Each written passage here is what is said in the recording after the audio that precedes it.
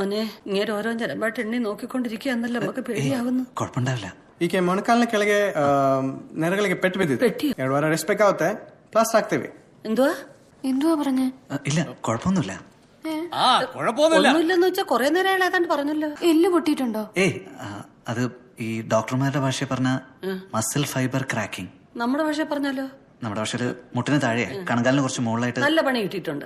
അല്ലെ ഡോക്ടറുടെ ഭാഷ കേട്ടപ്പോഴേ ക്രാക്ക് എന്ന് പറഞ്ഞല്ലോ. ഞാൻ വിചാരിച്ചു കൊച്ചു താഴെ വീട് തലയിടിച്ച് വട്ടായി പോയെന്ന്. അല്ല മക്കൾക്ക് നേരത്തെ കുറച്ചുണ്ടല്ലോ ചുമ്മാ.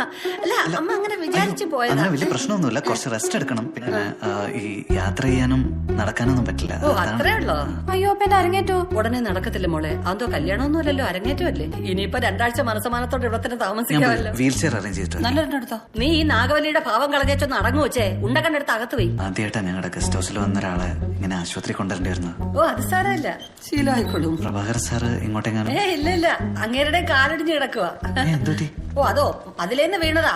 പട്ടി ഒടിച്ചു കയറ്റിയതാ. അയ്യോ എന്തോന്നയ്യോ, ചുമ്മാ കിടക്കുന്ന പട്ടി കല്ലെറിഞ്ഞത് വെറുതെ വിടുവോ? ഏതായാലും കഴിക്കാനുള്ള സന്മനസ് ആ പട്ടി കാണിച്ചില്ലെന്നുള്ള ആവശ്യം.